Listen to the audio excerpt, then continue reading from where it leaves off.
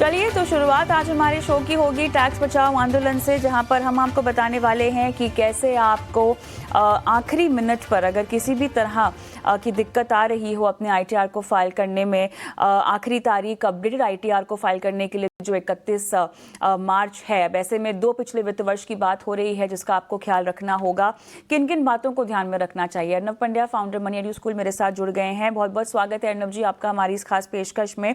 तो देखिए, यहाँ पे अपडेटेड आईटीआर की तो हम बात करेंगे ही, लेकिन उससे पहले क्योंकि हम यहाँ पर जानते हैं कि बहुत सारे लोग ऐसे हैं जो 31 मार्च की डेडलाइन से वाकिफ तो हैं लेकिन कदम नहीं उठा पाते हैं, और ऐसे में लास्ट मिनट में बहुत सारे ऐसे प्रोडक्ट्स को खरीद लेते हैं जहाँ पे उनके साथ मिस सेलिंग हो जाती है। बहुत सारी ऐसी डिटेलिंग है अपने मिलान को लेकर, बैंक अकाउंट्स की बात करें या अपनी आईज की बात करें, जो वो भूल जाते हैं, जहाँ पे चूक हो जाती है। किस तरह से इन बातों को फिलहाल ध्यान में रखना चाहिए, उसके बाद हम बात करते हैं अपडेटेड आईटी रिटर्न के। जी, अगर आप देखें तो जो लास्ट फ्यू डेज होते हैं फाइनेंशियल ईयर के, वो थोड़े स्ट्रेस वाले होते हैं क्योंकि आपको काफी सारी चीजें खत्म करनी होती है इस समय में। तो एक खास एरिया होता है इनकम टैक्स का, वहां पर मेन चीज होती है कि आपको अगर कोई स्पेसिफिक इन्वेस्टमेंट करने हो तो वो आपको ऑलरेडी कर देने चाहिए। अब देखिए, जो नए टैक्स रेजिम में आ चुके हैं उनके लिए तो ये सब डिडक्शन अवेलेबल नहीं है, तो उनके लिए ये जरूरी नहीं है कि ये सब स्पेसिफिकली टैक्स सेविंग इन्वेस्टमेंट करे। लेकिन as a normal tax payer, अगर आपके पास चॉइस है इन टर्म्स ऑफ कि आप कौन सा टैक्स सिस्टम में इस साल टैक्स रिटर्न भरने वाले हैं, तो अगर आप ओल्ड सिस्टम में है तो आपको ये सुनिश्चित करना होगा कि आपके ने जो भी डिडक्शंस क्लेम करने हैं उसके लिए इन्वेस्टमेंट हो चुका है। यानी कि सेक्शन 80C का 1.5 लाख, अगर एनपीएस का एडिशनल 50,000 का टैक्स बेनिफिट लेने वाले हो तो वो आपने सभी हेल्थ इंश्योरेंस पॉलिसीज की प्रीमियम भर ली है। अगर आपको कोई डोनेशन करना है तो वो हो चुका है। ये सब चीज सुनिश्चित करनी है। दूसरी बात आती है कि जब हम सभी प्रकार के कैलकुलेशंस करते हैं टैक्स के, तब आपको ये ध्यान में रखना है कि कोई भी चीज भूल ना जाए। फॉर एग्जाम्पल, कई बार लोग सेविंग्स बैंक अकाउंट का इंटरेस्ट चूक जाता है क्योंकि उन्हें बहुत इनसिग्निफिकेंट या बहुत छोटा लगता है, लेकिन इससे आपको बाद में रिटर्न फाइल करने में अगर आप भूल गए तो फिर वहां से नोटिस आ सकती है। सिमिलरली, जो फिक्स डिपॉजिट का इंटरेस्ट है जो एक्चुअल बैंक अकाउंट में नहीं आता पर एक्रू होता है, उस पर भी लोग कई बार भूल कर जाते हैं। और तीसरी एक बात होती है इन टर्म्स ऑफ आपके पास अगर कैपिटल गेन्स हो तो उसके लिए भी प्लानिंग कर ले, ताकि अगर आपके सामने इस साल आपके पास कोई कैपिटल लॉस हो तो वहां पर टैक्स लॉस हार्वेस्टिंग भी करके आप इतना सुनिश्चित कर सकते हैं कि आपकी टैक्स की जो लायबिलिटी है वो कम हो जाए। अब बात करते हैं अपडेटेड आईटीआर की। अब ये बताइएगा सर कि 31 मार्च तक की डेडलाइन है, लेकिन जब आप अपडेट करने की बात करते हैं अपने आईटीआर की, तो ये क्या पिछले 2 वित्त वर्ष की बात हो रही है, असेसमेंट ईयर्स की बात हो रही है?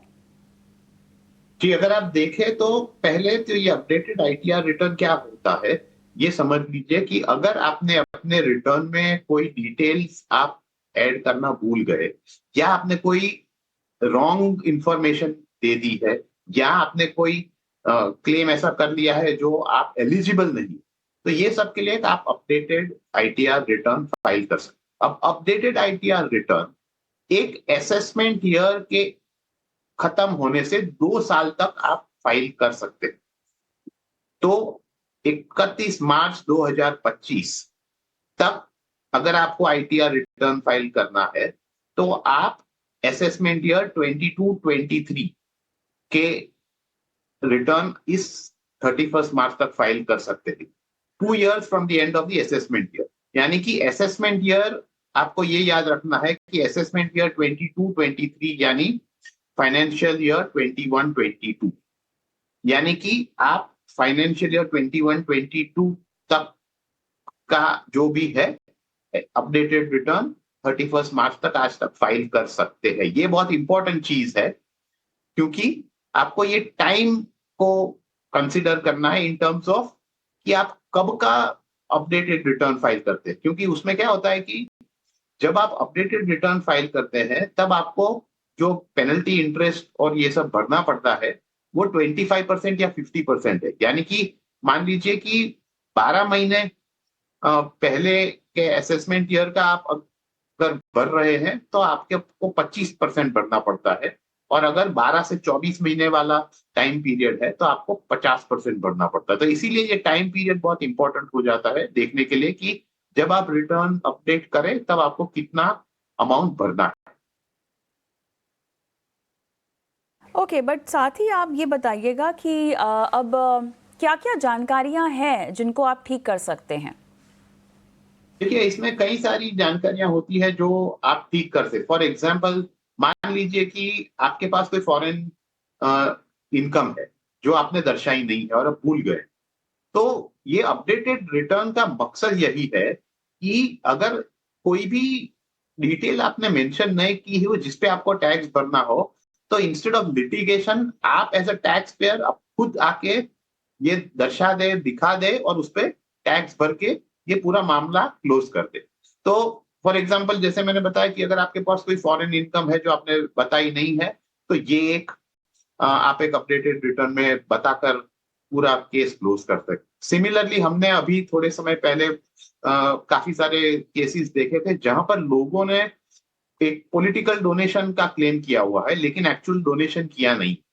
तो वो केस पर भी इनकम टैक्स अथॉरिटीज ने सभी को बताया था कि अगर आपने ऐसा कुछ किया है, यानी कि एक रॉन्ग क्लेम किया है, तो ये रॉन्ग क्लेम को रेक्टिफाई करके आप जो टैक्स भरना है वो भर दीजिए।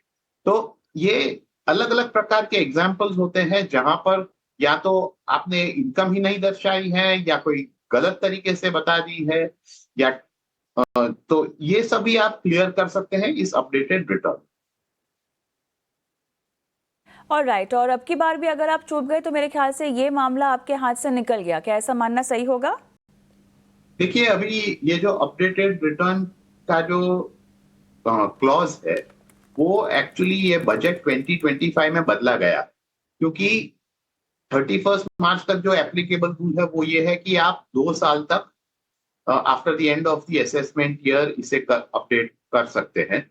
लेकिन 1 अप्रैल से जो रूल आएगा उसमें ये 2 साल की सीमा 4 साल तक बढ़ा दी गई है, और ये 4 साल में जो टैक्स का जो स्लैब्स है वो 20, 50, 60, 70% हो जाता है। तो ये जो हमने जो पूरी बात की है वो 31 मार्च 2025 तक लागू होगी। उसके बाद एक अलग तरीके से आपको ये पूरा देखना पड़ेगा in terms of updated return कैसे फाइल करना है। जी अर्नब जी, बहुत बहुत धन्यवाद, आप इस मुहिम में हमारे साथ जुड़े, और बहुत बहुत धन्यवाद आज आपने मार्गदर्शन भी किया दर्शकों का। तो अपडेटेड ITR को लेकर ये है गाइडलाइंस जो आपको फॉलो करनी है।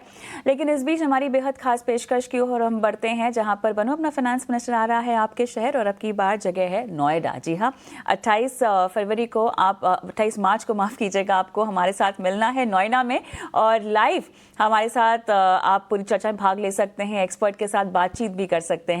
देखिए ये खास कार्यक्रम की झलकी। क्या आप अपने पैसों को समझदार